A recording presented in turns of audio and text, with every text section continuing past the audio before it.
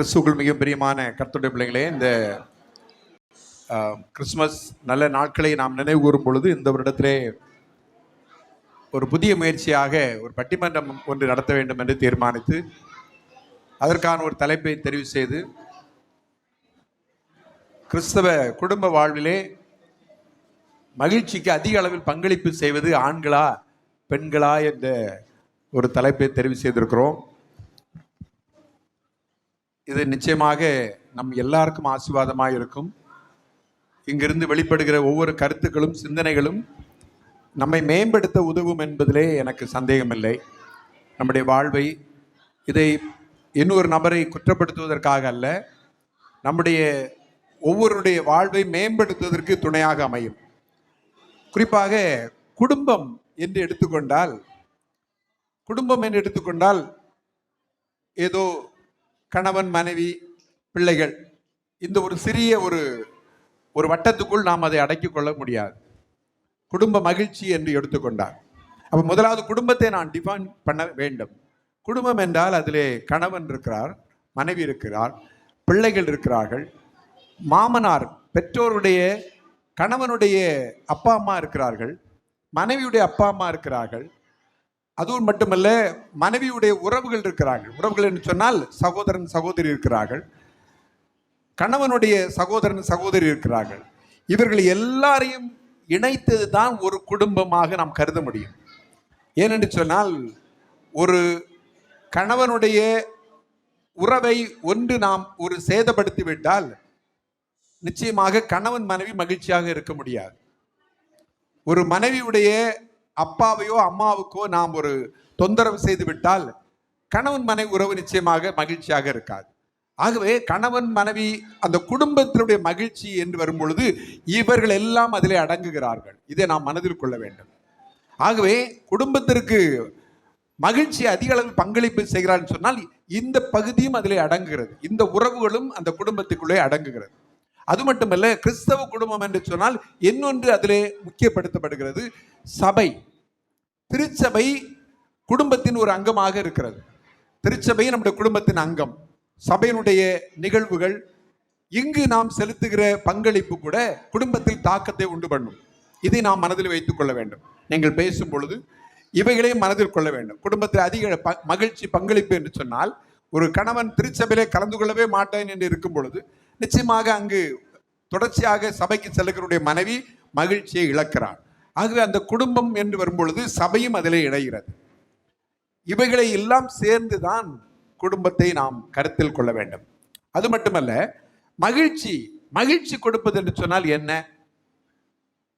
ஒரு அதிலே குழந்தை வளர்ப்பு இருக்கிறது, பங்களிப்பு, குழந்தை வளர்ப்பிலே பங்களிப்பு இருக்கிறது, ஆளாக்குவதிலே, அது மட்டுமல்ல கணவன் மனைவி புரிதலிலே பங்களிப்பு இருக்கிறது, குடும்பங்களை நிர்வகிப்பதிலே பங்களிப்பு இருக்கிறது, உழைப்பிலே பங்களிப்பு இருக்கிறது, குடும்ப நிர்வாகத்தை அவர்கள் கண்காணிப்பதிலே பங்களிப்பு இருக்கிறது. அது மட்டுமல்ல, அவர்களை சார்ந்த உறவுகளை, நான் ஏற்கனவே சொன்ன அந்த உறவுகளை நிர்வகிப்பதிலே, அவர்களுக்கு ஆதரவு காட்டுவதிலே பங்களிப்பு இருக்கிறது. ஆகவே குடும்பம் என்றால் ஒரு பெரிய வட்டம், அதே போல உங்கள் பங்களிப்பு என்பதும் பெரிய வட்டம் என்பதை நீங்கள் மனதில் கொள்ள வேண்டும். ஆக அவைகளிலே இந்த ரெண்டிலையும் சிறந்த விதத்திலே இந்த மகிழ்ச்சியை பெருக பண்ணுவதிலே யார் அதிக பங்களிப்பை செலுத்துகிறார்கள், ஆண்களா அல்லது பெண்களா என்ற ஒரு விவாதத்தை நாம் முன்வைத்திருக்கிறோம். அதை குறிப்பாக பெண்களே அதிகமான பங்களிப்பை குடும்பத்திலே மகிழ்ச்சிக்கான காரணமாக இருக்கிறார்கள் என்ற கருத்தை முன்வைத்து பேசும்படியாக நமது மத்தியிலே அருமையான செல்வி ஜெனிஃபர் வந்திருக்கிறார்கள். பேராத உட்காருமா.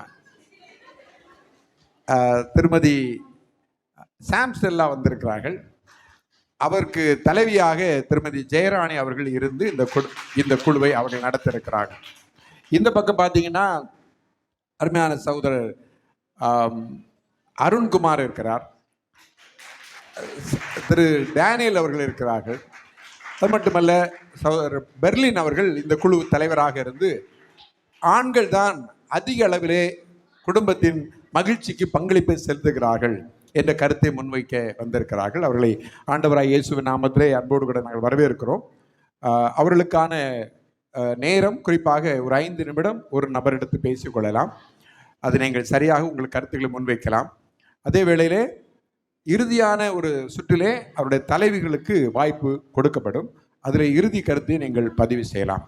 ரைட், இப்பொழுது உங்களுக்கான நேரம். முதலாவது, நான் பெண்களே அதிக பங்களிப்பை செலுத்துகிறார்கள் என்பதை வலியுறுத்தும்படியாக அருமையான ஜெனிஃபரை நான் அழைக்க இருக்கிறேன். இப்பொழுது செல்வி ஜெனிஃபர்.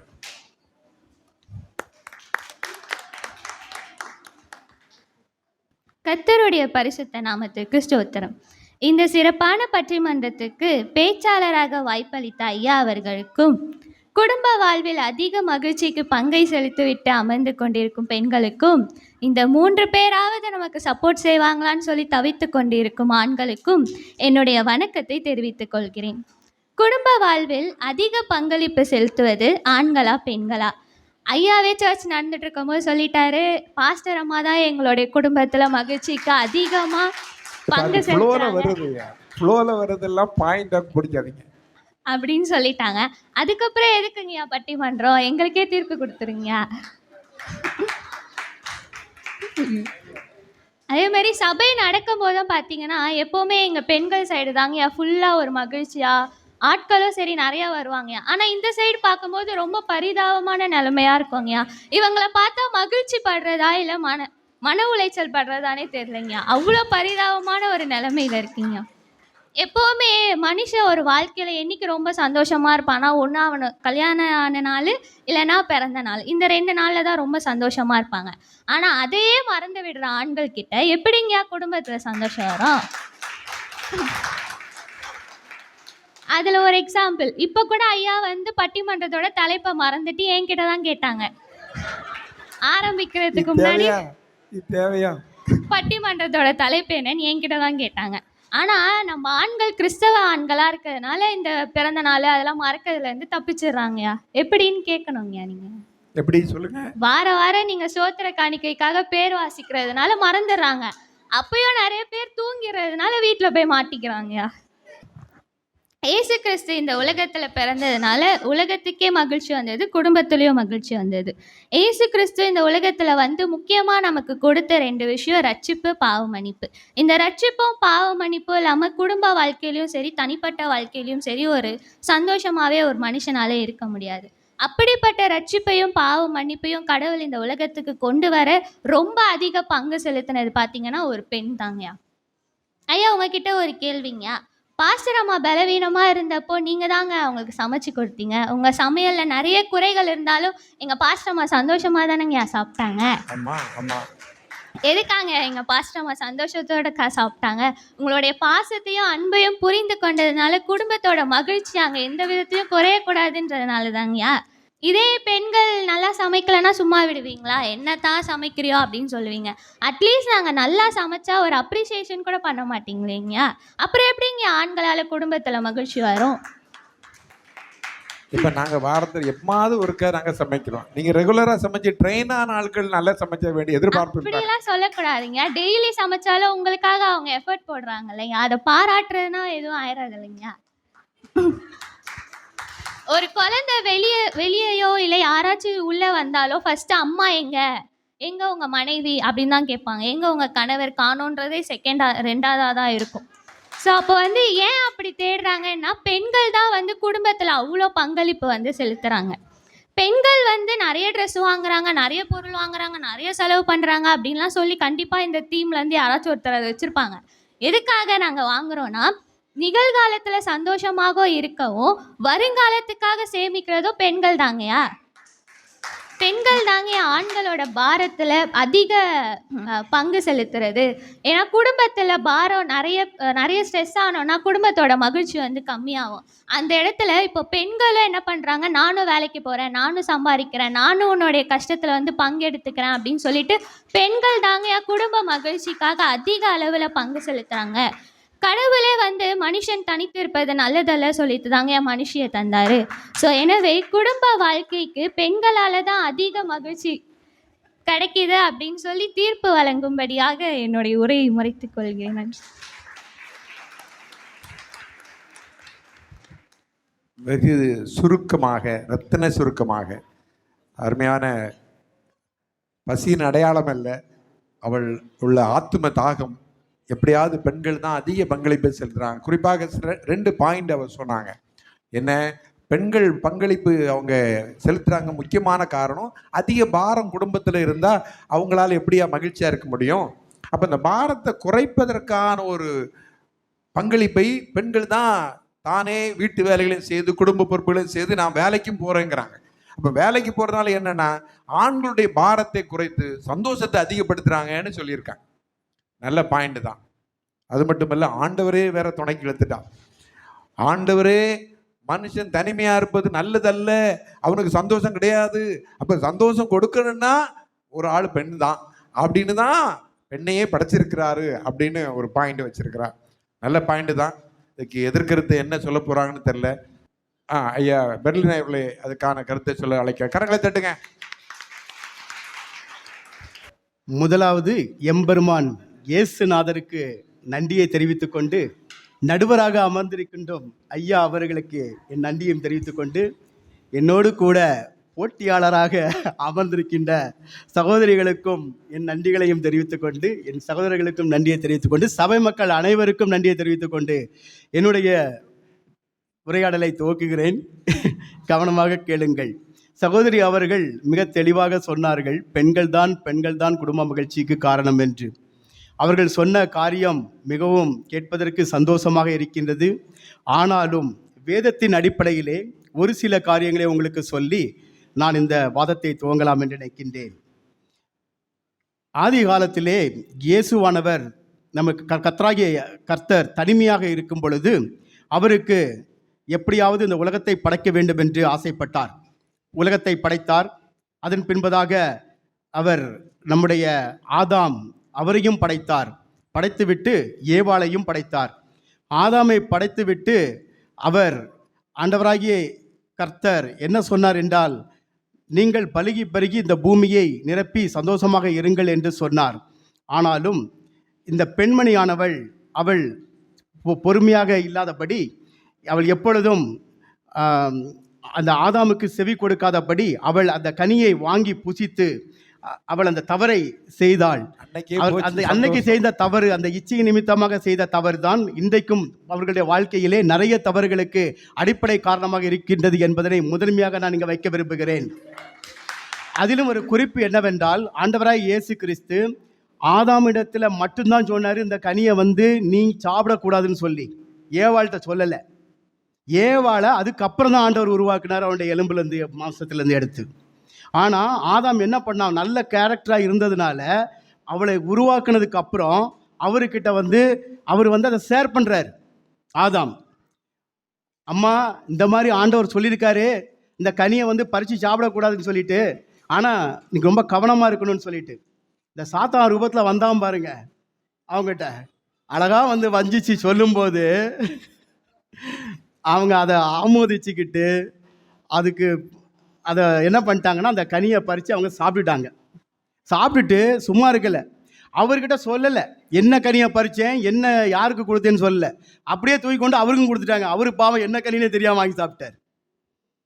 ஸோ இந்த மாதிரி இவங்க இன்னைக்கு வரைக்கும் என்ன செய்யறாங்கன்னே தெரியாமலே அவங்க ஆக்சுவலி எல்லாரையும் ஆண்களை நம்ப வைத்து எங்களை ஏமாற்றி எல்லா காரியங்களையும் செய்து அவர்கள் குடும்ப வாழ்க்கைக்கு ஒரு பிரிவினையை ஏற்படுத்தி விடுகிறார்கள் என்பதை என்னுடைய வாதத்தில் முன்வைக்கிறேன்.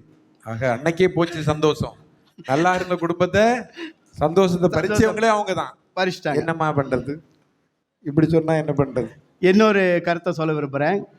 நம்ம ஈசாக்கு அண்ட் ரெபேக்காள், நம்ம ஈசாக்கு ஐயா, அவர் ஈசாக்கு ஐயா, ரெபேக்காள் அம்மா, அவங்களுக்கு 2 குழந்தைகள். அவங்க சந்தோஷமாக தான் இருந்தாங்க. ஈசாக்கு ரொம்ப நல்லவர் தான். அந்த அம்மா என்ன பண்ணியிருக்கலாம்னா, ஈசாக்கு ஐயாட்ட போயிட்டு பொறுமையாக உட்காந்து பேசியிருக்கலாம். இந்த பாருங்க, நம்ம பிள்ளைங்க 2 பேரும் நம்மளை நல்லபடியாக பார்த்துக்கணும், ஒருத்தர் மேலே இப்படி காட்டக்கூடாது, அன்பு காட்டக்கூடாதுன்னு சொல்லிட்டு. இந்த அம்மா என்ன பண்ணிட்டாங்கன்னா, வஞ்சகமாக ஒருத்தனை கொண்டு இவட்ட ஆசீர்வதிக்கணும்னு சொல்லிட்டு ஏமாற்றி அந்த சேஷ்ட புத்திர பாகத்தை பெற வச்சாங்க. அன்னைக்கு ஆதி காலத்தில் ஆதாம் ஏவாள் அவங்க வந்து பண்ண அதே வஞ்சனை அவங்க ரூபத்தில் ஈசாக்கு ரெபேக்காள் வாழ்க்கையிலும் தொடர்ந்தது என்பதனை என்னுடைய வாதத்தையும் முன்வைக்கிறேன். நான் ரெண்டாவது வேற தொடர்பு கரெக்டியா. அதே மாதிரி நம்ம ஆபிரகாம் அண்டு சாராள் அவங்களையும் நம்ம எடுத்துக்கிட்டோம்னா அவங்க லைஃப்லேயும் பார்த்தீங்கன்னா அதே மாதிரி தான். ஸோ சாராள் வந்து அவங்க வந்து எவ்வளோதான் வந்து சந்தோஷமாக காண்பித்து கொண்டாலும் ஆதாம் வந்து விசுவாசியின் தகப்பனாக இருந்தார். அவர் எப்போவுமே தெம்பாக தான் இருந்தார், ஸ்டெடியாக தான் இருந்தார், எல்லா காரியத்திலையும் முடிவெடுக்கிறது இல்லை. அவர் தேவனுக்கு பயந்து அவர் என்ன சொன்னாரோ அதை கேட்டு வாழ்ந்தார். ஆனால் அந்த சாராள் அம்மா என்ன பண்ணாங்கன்னா இவரை தொந்தரவுப்படுத்திக்கிட்டே இருந்தாங்க. எனக்கு எப்படியாவது எனக்கு ஆசீர்வாதம் வேணும் குடும்பத்தில். இவரை போட்ட தொந்தரவில் இவர் தாங்காமல் இவர் ஒரு காரியத்தை பண்ணிவிட்டார். அதில் என்ன ஆச்சுன்னா குடும்ப பிரிவினாக்கி. ஸோ இந்த மாதிரி எல்லா காரியத்திலுமே பார்த்தீங்கன்னா அவங்க வந்து தன்னுடைய பெண்கள் வந்து தன்னுடைய காரியங்களை செய்வதிலே வல்லவர்களாக இருந்தாலும் அவர்கள் செய்கின்ற சில காரியங்களினாலே அது அவர்கள் குடும்பத்திலே ஒவ்வொருத்தருடைய குடும்பங்களிலும் மகிழ்ச்சியை பிரிவினையாக்கி விடுகின்றது என்பதுதான் என்னுடைய வாதம். ஸோ ஆகவே மறுபடியும் என்னுடைய சகோதரர்கள் பேச இருக்கின்றார்கள். இறுதியாக மறுபடியும் இந்த வாதத்திற்கு நாங்கள் பேசுவோம். அதனுடைய முடிவை பின்பதாக ஐயாவிடத்திலே கேட்டு தெரிந்து கொள்வோம் என்ன முடிவு என்பது.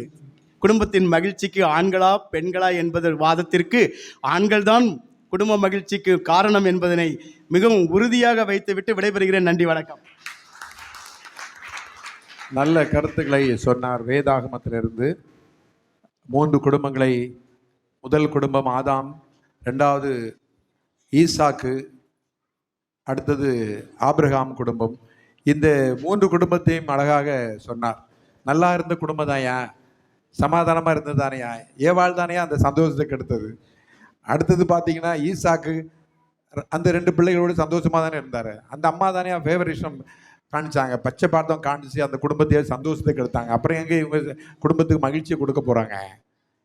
போராத குறைக்கு ஈசாக்குடைய தாயார் ஆபிரகாம் சாராளுடைய வாழ்விலிருந்து சொன்னாங்க, நல்ல அமைதியாக போயிட்டு இருந்து, குழந்தை இல்லாட்ட என்னையா சந்தோஷமாக தானே இருந்தீங்க, குழந்தை தான் வேணுமா? கண்டிப்பாக. குழந்தை இல்லாத குடும்பம் சந்தோஷமாக இருக்காதா? இவங்க ஒழுங்காக கடவுளை நம்பி அற்புதமாக ஒரு வாக்குத்தத்தை கொடுத்தாரு, நம்பி போயிட்டே இருக்க வேண்டியதானே.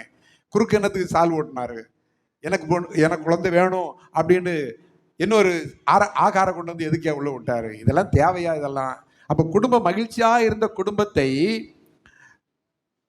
நன்கு சென்று கொண்டிருந்த குடும்பத்தை மகிழ்ச்சியை குலைத்ததே வேதத்தின் அடிப்படையில் இந்த பெண்கள் தான். ஐயா இதில் எங்கே அவங்க சந்தோஷம் கொடுக்க போகிறாங்க அப்படின்னு பாயிண்ட் வச்சிருக்கிறாரு.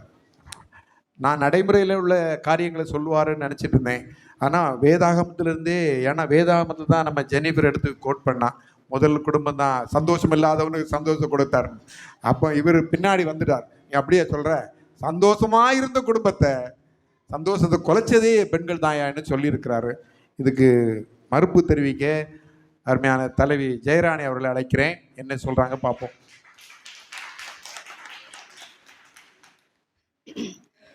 இறைமகன் இயேசுவின் இனிய நாமத்தில் இங்கு கூடியிருக்கும் அவையோர் சபையோர் மற்றும் நடுவர் நாயகமாக அமர்ந்து நல்ல தீர்ப்பை வழங்கும் நாட்டாமை ஐயா, மன்னிக்கவும், போதகர் ஐயாவிற்கு என்னுடைய முதற்கண் வணக்கத்தையும் வாழ்த்துதலையும் சொல்லிக் கொள்கிறேன். மாத்திட்டீங்களா?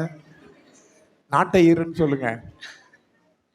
அன்பை பொழியும் அன்னையாகவும், அறிவை பெருக்கும் ஆசிரியையாகவும், அக்கறை செலுத்தும் சகோதரியாகவும், தோளுமை காட்டும் தோழியாகவும், மனதோடு கரைந்துவிட்ட மனைவியாகவும், மகிழ்ச்சியை இறைக்கும் மகளாகவும், ஆண்களை சுற்றி பெண்கள் பல உருவங்களில் இருக்கிறார்கள். இத்தனை உருவங்களில் இருந்து உங்களுக்கு நன்மை செய்கிற இந்த எங்களுடைய பெண்களுக்கு எதிராக பேசுவதற்கு ஒரு 3 ஆண்கள், அதற்கு ஒரு நடுவராக அதுவும் ஒரு ஆண்கள். ஐயா, பெண்கள் வந்து வீட்டில் எவ்வளோ வேலை பார்க்குறாங்க. ஒரு வேலைக்காரியா, ஒரு வாஷிங் மிஷினா, ஒரு குக்கரா, சமையல் பண்ணுறவங்களா, ஒரு டீச்சரா, ஒரு உடம்பு சரியில்லாமச்சுன்னா உங்களுக்கு ஒரு நர்ஸாக இருந்து இவ்வளோத்தையும் உங்களுக்கு சரி பண்ணுறாங்க.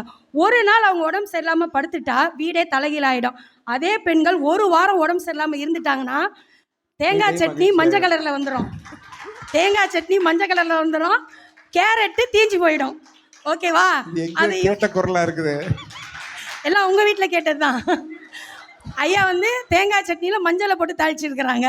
ஐயா, எல்லாம் சரியாக இருந்தால் தான் இந்த ஆண்கள் மகிழ்ச்சியாக இருப்பாங்க. ஒரு இது ஆயிட்டா கூட டென்ஷன் ஆகிடுவாங்க, இதுவாகிடுவாங்க. ஆனால் பெண்கள் வந்து எது சரி இருந்தாலும் இல்லைனாலும் அதை வந்து என்ன பண்ண அந்த ஸ்பாட்டில் வந்து சரி பண்ணிவிடுவாங்க. உதாரணத்துக்கு இன்றைக்கி நம்ம காலையிலே பார்த்துருப்போம், ஏதோ வரலைனாலும் டக்குன்னு நாங்கள் அந்த இது ஸ்பாட்டில் நாங்களே அதை நடித்து பண்ணோமே. இதுதான் என் பெண்களுடைய இது. அதுக்கு சொன்னது ஒரு ஆண் தான் இருந்து இப்படி செய்யுங்கன்னு சொன்னது. நீங்கள் சொல்லலாம், நாங்கள் நடிச்சிருப்போம் ஐயா. ஓகேவா? ஸோ எப்படி இருந்தாலும் கர்த்தருக்குள்ள மகிழ்ச்சியாக இருந்து இந்த மாதிரி ஆண்களெல்லாம் சரி செஞ்சு இந்த வண்டியை ஓட்டுறதாயா எங்களுடைய வேலை. கடந்த நாட்களில் ஒரு 30 பெண்களை பற்றி அலசி ஆராய்ஞ்சோம். அப்படியே பார்த்துட்டு இருந்தேன். ஒரு 30 ஆண்களையும் வேதத்தில் பார்த்தேன். இப்படி பார்க்கும் பொழுது ஆண்டவர் வந்து ஒரு திட்டத்தை வந்து இந்த உலகத்துக்கு கொண்டு வந்தாங்க. என்ன திட்டம்னா, அவருடைய குமாரனை வந்து இந்த உலகத்துக்கு அனுப்புறது. இந்த மரியாள் குடும்பத்தில் இருக்கிற அந்த மகள்கிட்ட போய் சொன்ன உடனே அவங்க உடனே என்ன பண்ணிட்டாங்க, புருஷன் ஒரே ஒரு கண்டிஷனாக, ஏன்னா அது கல்யாணம் ஆகாத பொண்ணுன்றனால ஒரே ஒரு கேள்வி, புருஷனை அறியேன்னா நான் என்ன செய்ய முடியும் அப்படின்னா, இல்லைம்மா இது பரிசுத்த ஆவியான திட்டம். உடனே என்ன பண்ணிட்டாங்க, ஆண்டவரே நான் அடிமைன்ட்டாங்க. ஆனால் இந்த யோசேப்பு என்ன பண்ணார், நைஸாக தள்ளி விடுறதுக்கு தான் இது பண்ணார். ஒரு பிரச்சனைன்னு வந்தாலே இந்த ஆண்கள் வந்து எஸ்கேப் ஆகிறது தான் பார்க்குறாங்க. சரி இங்கே இப்படி தான் இருக்குது அப்படின்னு சொல்லிட்டு மோசே காலத்தில் நம்ம பார்த்தோன்னு வச்சுக்கோங்கன்னா, மோசேவை அவங்க அம்மா 3 மாதம் மறைச்சி வச்சு அக்காவால் நைல் நதியில் விடப்பட்டு ஒரு எகிப்து ராஜா ஸ்திரீயால் வளர்க்கப்பட்டு அப்படியே வந்தவர் ஒரு ஆண்டவர் ஒரு திட்டத்தை கொடுக்குறாரு, இஸ்ரவேல் ஜனத்தை நீ காப்பாற்றி நீ நடத்திட்டு போகணும். உடனே ஐயோ நான் திக்குவாயி மந்தனாவு, என்னால் முடியாது, யாரையாவது அனுப்புங்க, ஆரோனை அனுப்புங்க, அவனை அனுப்பு, இவனை அனுப்புங்க, அப்புறமா அவரை பாடாப்படுத்தி அவரை சரி பண்ணி வச்சு அனுப்புறது. ஆக ஒரு திட்டத்தை வந்து சொன்னோம்னா ஆண்டவர் கொடுக்குற திட்டத்தை ஏற்றுக்காதது இந்த ஆண்கள் தான். அது மட்டும் இல்லாமல் நம்ம கிதியோனு ஒரு பையன், வாலிப பையன், அந்த கிதியோனை வீட்டில் வச்சு எப்பா உன் மீதியானேர்கிட்டருந்து தப்பிக்கிறதுக்கு நீ பண்ணுனா உடனே அவன் சொல்லிட்டான், என் மனோவா குடும்பத்திலே நான் சின்னவன், எங்கள் அப்பா வீட்டிலே நான் சின்னவன், வேற யாரையானு அனுப்புங்க. இதான் சரிப்பா நீ போப்பா அப்படின்னு சொன்னால் அந்த தோலில் மட்டும் மழை பெய்யணும், அப்புறம் தோலை தாண்டி மழை பெய்யணும். பல டெஸ்ட்டு வச்சு தான் ஆண்டவர் சரி இப்படி போ அப்படின்னா. அதுக்கப்புறம் ஒரு மனோவா குடும்பத்தில் குழந்தை இல்லைன்னு சொல்லிட்டு தேவதூதனே வந்து தரிசனம் ஆகி அந்த மனைவிட்ட சொல்கிறா.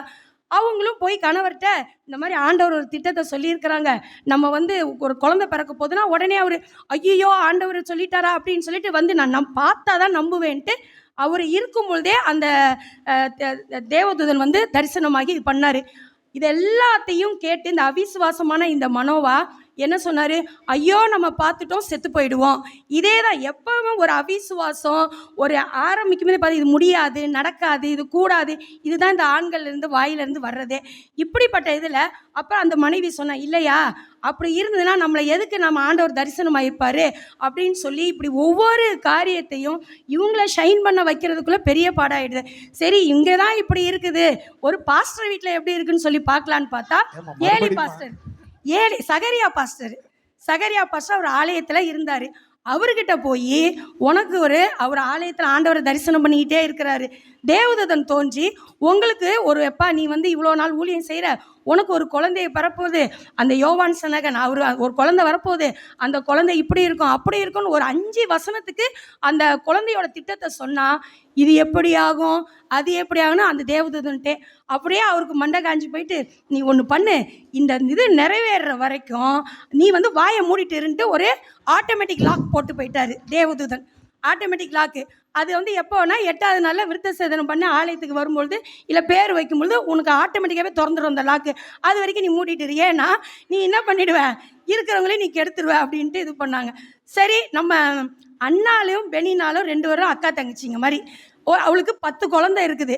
அந்த 10 குழந்தைய அவள் ஒரு நல்ல எண்ணத்தில் அண்ணாள்கிட்ட போய் சொல்கிறா, எம்மா நான் 10 குழந்தை பெற்ற உன் புதுசாக வந்து என்ன 10 பார்க்கல நீ பெருசு இப்படின்னு சொல்லியே ஓட்டுவா, நீ ஏதாவது அதுக்குரிய ட்ரை பண்ணணுன்னு அவள் ஆண்டவர் தான் கதின்ட்டு ஆலயத்துக்கு வந்தா அந்த ஏலி பாஸ்டர் என்ன பண்ணியிருக்கணும், ஒரு ஜெபம் பண்ணி அனுப்பணும். அவளை உத்து பார்த்துட்டு என்ன சொன்னார், நீ குடிச்சிருக்கிற.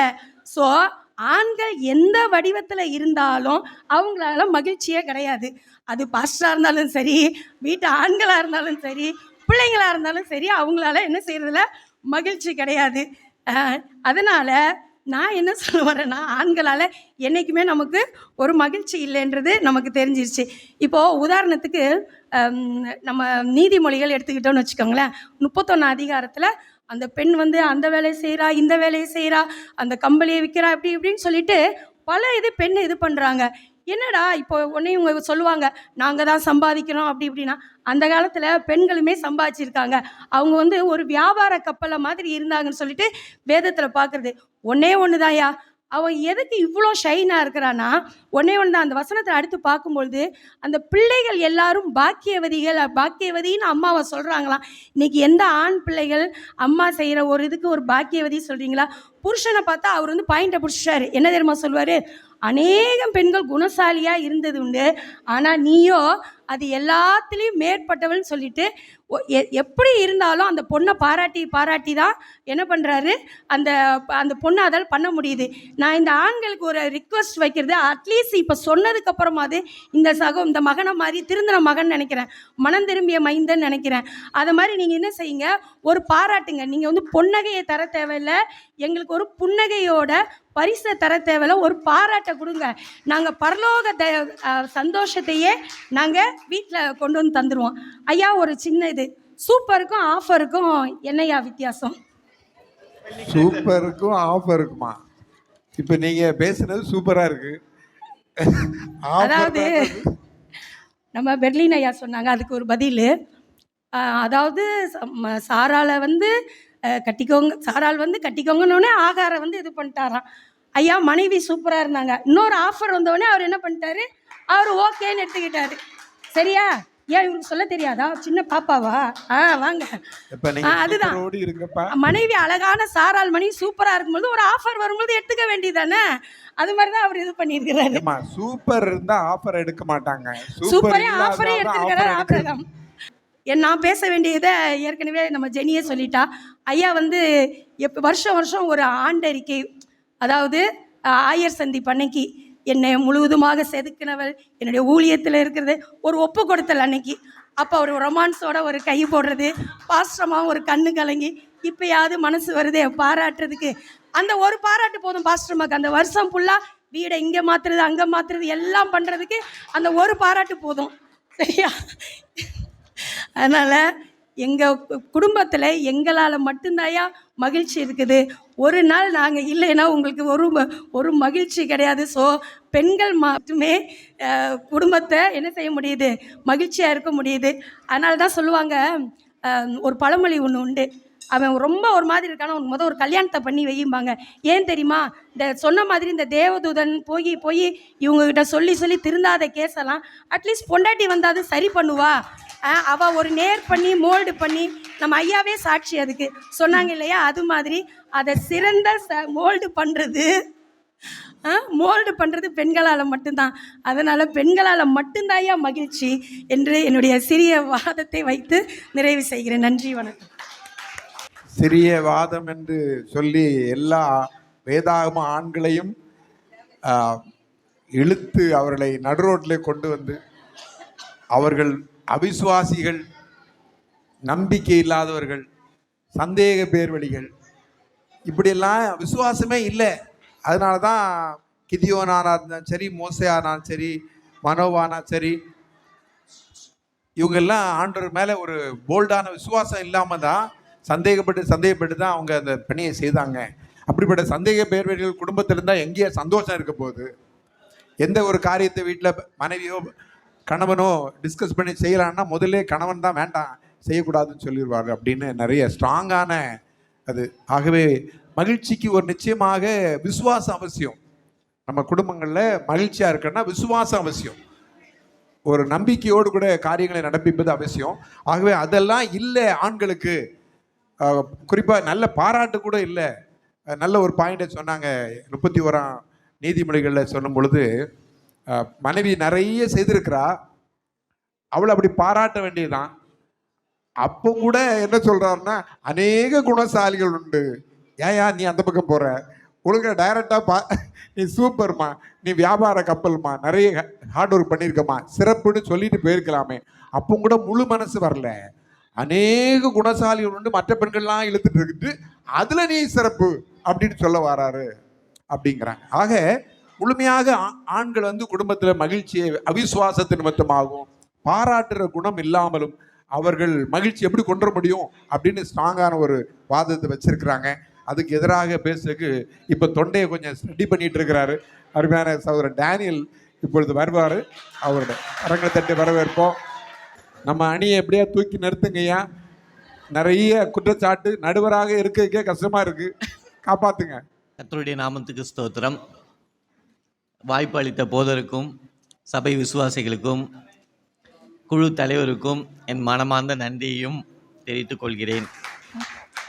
ஐயா போதும், இல்லை முடிச்சதுக்கு அப்புறம் பாயிண்ட்ஸ் வரும்போது ஐயா என்ன தலைப்புன்னா, கிறிஸ்தவ குடும்ப வாழ்க்கையில சந்தோஷம் யார் காரணம் செலுத்துறாங்க? ஆமா, ஆண்களா பெண்களா? இதுதான் இந்த தலைப்பு. சொல்லி ஆண்கள்லாம் வந்து பேசலாம் அப்படின்னு நாங்கள் முடிவு பண்ண உடனே செல்வநாதன்கிட்ட சொன்னோம். உடனே செல்வநாதன் உடனே பதட்டப்பட்டு, பெண்கள்னா அப்படின்னா என்னப்பா இப்படி சொல்ற? அப்படி சொன்னாதான் வீட்டில் நமக்கெல்லாம் சோறு கிடைக்கும்னா.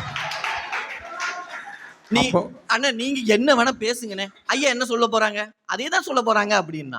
ஏன்னா ஐயா வீட்லயும் சந்தோஷம் இருக்கணும்னா ஐயா விட்டு கொடுத்துதான் ஆகணும் அப்படின்னா.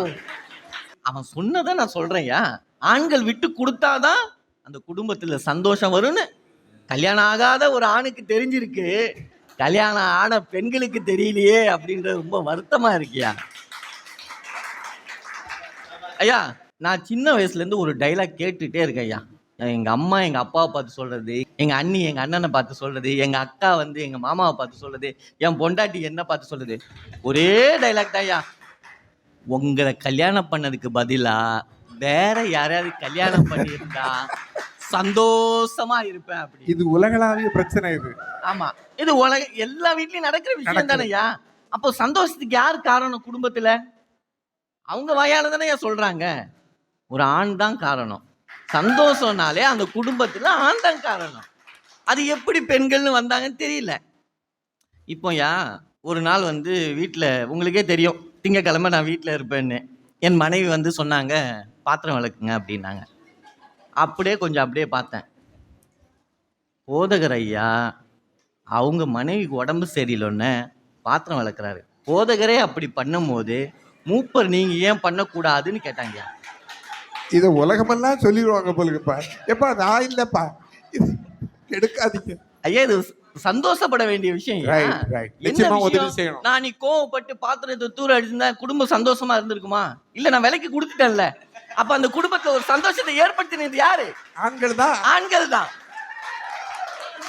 ராணி அக்கா சொன்னாங்க, அம்மா இல்லாத போது ஐயா மஞ்சத்தூள் போட்டாங்க, அது போட்டாங்க, இது போட்டாங்க. போட்டாலும் ஒரு சந்தோஷம் இருக்குல்ல. ஆமா, அத பாருங்க. அத வந்து ஆன்ட்டி வந்து எங்க வீட்டுக்கார சரியா சமைக்கல அப்படி என்ன சொன்னாங்க. என்ன ரொம்ப சரி. இப்ப நீங்களே கேட்டீங்க, எல்லாரும் போய் ஆன்ட்டி ஐயா உங்களை நல்லா பாத்துக்கலையா அப்படின்னு கேட்டா ஆன்ட்டி என்ன சொல்லுவாங்க? நல்லாவே பாத்துக்கல அப்படின்னா சொல்லுவாங்க. எங்க வீட்டுக்கார ரொம்ப சந்தோஷமா என்னால் பத்திரமா பாத்துக்கிட்டாங்கன்னு சொல்லுவாங்களா இல்லையா? கண்டிப்பா சொல்லுவாங்க. எல்லாருடைய வீட்டிலையும் சரி, உங்க வீட்டிலையும் சரி, சந்தோஷத்துக்கு காரணம், குடும்ப சந்தோஷத்துக்கு காரணமா இருக்குது என்னவோ ஆண்கள் தானேயா. சரி, இந்த பட்டிமன்றத்தை வந்து நாங்க முடிவு பண்ண உடனே ஒரு சகோதரி ஃபோன் பண்ணி, அண்ணே தயாராயிட்டீங்களா? இல்லம்மா இன்னும் தயாராகலை அப்படின்னு. அண்ணே எப்படி இருந்தாலும் பொய் தானே பேச போறீங்க, அதுக்கு என்ன தயாராகிறது அப்படின்னாங்கய்யா. அவங்க மேல தப்பு இல்லை, ஏன்னா அவங்கள பொய்யிலே பிறந்து பொய்யிலே வளர்ந்த பெண்கள்கிட்ட நம்ம எங்க மெய்ய கேட்கறது. அதனாலதான் சரி இந்த பொண்ணு இப்படி சொல்லிருச்சே நம்ம கிட்ட, அப்ப சத்தியம் எங்க இருக்கு? சத்தியம் எங்க தான் இருக்கு? உண்மை எங்க இருக்கு? இந்த வேதாகமத்துல தானே இருக்கு. அந்த வேதாகமத்துல அக்கா ராணி அக்கா கூட சொல்லிட்டாங்க, மரியாள் மரியாள் யோசேப்பு அது இது. நாங்க உண்மையான யோசேப்பை நான் எடுத்துட்டு வரேன்யா. வாங்க வாங்க வாங்க. அந்த எல்லாரும் வேதத்துல தேறிட்டாங்கப்பா பட்டிமன்றத்தினால.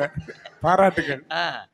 மத்தேயு 1 அதிகாரத்துல 16வது வசனத்துல வருதியா, என்ன வருதுன்னா, ஒவ்வொரு வம்சத்தை பத்தி சொல்லிட்டு வரும்போது பாத்தீங்கன்னா, யாக்கோபு மரியாளுடைய புருஷனாகிய யோசேப்பை பெற்றான். அதாவது இயேசு எங்க பிறக்கணும்னு முடிவு பண்ணியிருக்காங்கன்னா, மரியாள் இடத்துல பிறக்கணும்னு முடிவு பண்ணல, யோசேப்புவோட வம்சத்துல தான் முடிவு பண்ணிருக்கு. அந்த யோசேப்பு அவங்க யோசேப்பை பத்தி அவங்க தப்பா சொல்லி வரேன். என்ன விஷயம்னா, அவங்க வந்து நிச்சயத்துக்கு முன்னாடி கர்ப்பம் ஆகல. யோசேப்புக்கு எந்த கன்னிகை முடிவு பண்ண பிறகுதான் மரியாளுக்கு பரிசுத்த ஆவியினால கர்ப்பம் அடைஞ்சிருக்காங்க. இதுதான் இந்த வேதம் சொல்லுது. இதுதான் சத்தியம். சரி, அப்போ யோசேப்பு விட்டுட்டு போயிருந்தாருன்னா என்ன ஆயிருக்கும்? யாராவது யோசித்து பார்த்துருக்கீங்களா? இல்ல, விட்டுட்டு போயிருந்தாருன்னா, நீங்க யாரும் அந்த காலத்து வேதத்தை இங்கிருந்து கொஞ்சம் பின்னாடி போய் பாருங்க. விட்டுட்டு போயிருந்தாங்கன்னா மரியாளுடைய நிலைமை வேற மாதிரி ஆயிருக்கும். அந்த அம்மாவை கல்லடிச்சே சாவடிச்சிருப்பாங்க. உண்மையா இல்லையா? Correct correct. அப்படிப்பட்ட ஒரு சூழ்நிலையை யோசேப்பு கொடுக்காம அந்த அம்மா என்ன பண்ணலாம், எதுவும் பண்ணாம ஏதாவது பண்ணலாமான்னு சிந்தித்து கொண்டிட்டு தான் இருந்தாரு. அது செயல்படுத்தல. செயல்படுத்திருந்தாருன்னா நீங்க அவர் அயோக்கியன்னு சொல்லலாம், அவர் குற்றமானவர்னு சொல்லலாம். ஆனா அந்த அவருக்குள்ளேயே யோசித்து தான் இருந்திருக்காரு. பரிசுத்தாவினால அவருக்கு சொப்பனத்துல சொன்னதுனால அவர் என்ன பண்றாரு, திருமணம் பண்றாரு. அவர் மட்டும் திருமணம் பண்ண முடியலா, இந்த கிறிஸ்துவ வாழ்க்கை எப்படி போயிருக்கும்? இயேசுநாதர் பத்தி என்னென்ன பேச்செல்லாம் வந்திருக்கும்? எப்படி நம்மளுடைய குடும்பத்துல ஒரு ஆண் எடுக்கிற ஒரு முடிவு தான் ஒரு சந்தோஷம் சமாதானத்தையும் உண்டு பண்ணுது. அதுக்குல்ல சாதாரணமா விஷயம் கிடையாது. யோசேப்பு ஒரு நீதிமானா இருந்ததுனால தான் இந்த மாதிரி காரியங்கள்லாம் நம்ம பார்த்துருக்கோம். ஐயா, போன வாரம் ட்ரெஸ் எடுக்க போனீங்களா? போனேன். ஆன்டி சந்தோஷமா இருந்தாங்களா? சந்தோஷமா இருந்தாங்க, சூப்பரா இருந்தாங்க. யார் காரணம்? ஐயா சொல்லுங்க, யார் காரணம்? ஆன்டி கிட்ட கேளுங்கய்யா, யார் காரணம்? ஐயா, குடும்ப வாழ்க்கையிலும் சரி, வேதாந்தத்திலையும் சரி, ஆண்களுடைய எடுக்கிற ஒரு தீர்க்கமான முடிவு இந்த குடும்பத்தையே சந்தோஷமா வைக்கும். தவறா முடிவு எடுத்தா தவறான விளைவு தான். ஆனா ஆண்கள் எடுக்கிற ஒவ்வொரு முடிவும் தான் சரியான முடிவை எடுக்கும் போது தான் அது சந்தோஷத்தை தரும். இப்போ நீங்க ஆண்கள் தவறான முடிவு எடுக்க போறீங்களா, நல்ல முடிவு எடுக்க போறீங்களான்றது உங்க கையில. ஆனா எதையும் இதையும் இந்த ஆண்கள் கிட்ட நிறைய இருக்கியா, நாங்க அதெல்லாம் இல்லை. எங்களுக்கு என்ன நடந்தாலும் சந்தோஷம் தான். வாய்ப்புக்கு நன்றி கூறி விடைபெறுகிறேன். நல்ல பாயிண்ட் சொன்னார் டேனியல் சகோதரருக்கு வாழ்த்துக்கள். குறிப்பாக இவங்க ஒரு பெரிய குற்றச்சாட்டு வச்சாங்க பாருங்க, திருமதி ஜெயராணி அவர்கள். ஆண்கள் அவிசுவாசிங்க, அவிசுவாசில் இருக்கிறதுனால எப்படி அவங்களால மகிழ்ச்சி கொண்டு வர முடியும்? ஒரு குடும்பத்துக்கு விசுவாசம் அவசியம், நம்பிக்கை அவசியம், அப்போ தான் சந்தோஷம் வரும். அதை அற்புதமாக டேக்கிள் பண்ணார். எப்படின்னா, எப்படி யோசேப்பு அவன் விட்டுடலாம் அப்படின்னு விடலை, தீவிரமாக ஆலோசனை பண்ணி கொண்டான், சிந்தித்து கொண்டிருந்தான்னு வசனம் சொல்லுது. சிந்தனை ஒரு குடும்பத்தில் ஆலோசித்து முடிவெடுப்பது மகிழ்ச்சிக்கு ரொம்ப முக்கியமானது. அவசரப்பட்டு ஆணோ பெண்ணோ முடிவு எடுத்துருன்னு வைங்களேன், அது நிச்சயமாக சந்தோஷத்தை கொண்டு வராது. ஆகவே அவருடைய முக்கியமான பாயிண்டை நம்ம புரிஞ்சு கொள்ள வேண்டும். ஆண்கள் பெண்கள் அவசரமாக முடிவெடுப்பாங்க. இன்னைக்கு ஒரு ஆள் 10 சாரி கொண்டு ஏக்கா சாரி கொண்டு வந்துருக்கங்கா, இது நல்ல சாரிக்கான்னா உடனே வீட்டுக்காரர் கொடுங்க, வாங்க ஏங்க 2 சாரி எடுங்க, உடனே இது நல்லா இருக்கு பாருங்க, இதை எடுத்துருங்கம்பாங்க.